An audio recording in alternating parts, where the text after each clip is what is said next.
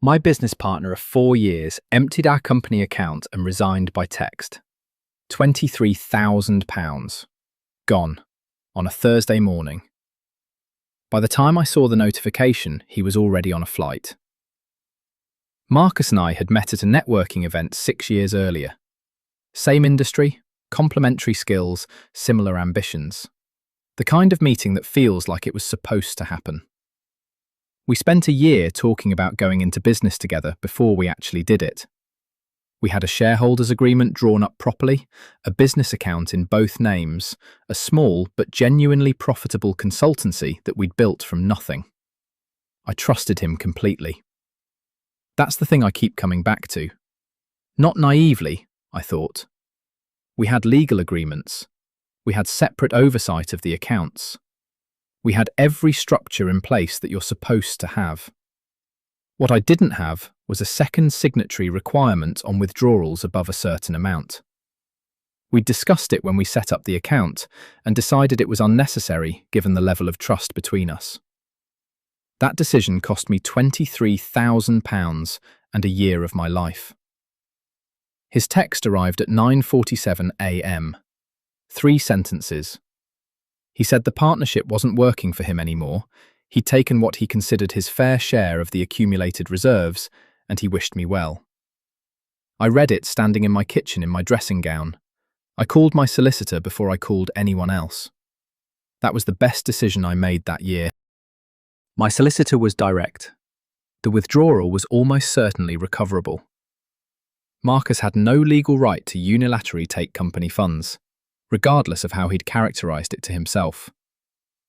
The shareholders' agreement was clear. This was a breach of his fiduciary duty as a director. The question was how to pursue it most effectively and how quickly. We filed an urgent injunction application to freeze any remaining assets Marcus held in connection with the business. We notified the bank. We filed a formal complaint with Companies House regarding the conduct of a director.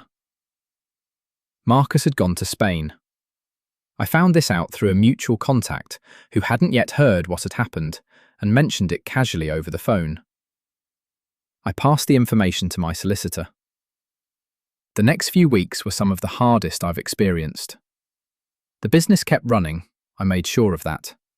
But I was doing it alone, managing the legal process simultaneously, telling clients as little as possible for as long as possible, while keeping everything stable. What kept me going was something my solicitor said early on. She said the paper trail was overwhelming. Every transaction, every agreement, every communication, it all pointed in one direction. She said she'd seen cases like this go wrong for the wronged party, and this wasn't one of them. I held on to that. Marcus made contact 6 weeks after he left, through his own solicitor. He wanted to negotiate.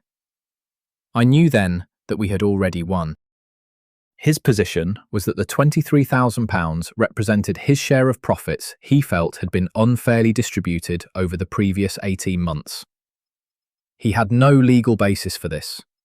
The shareholders' agreement specified exactly how distributions were to be made, and both of us had signed off on every one of them.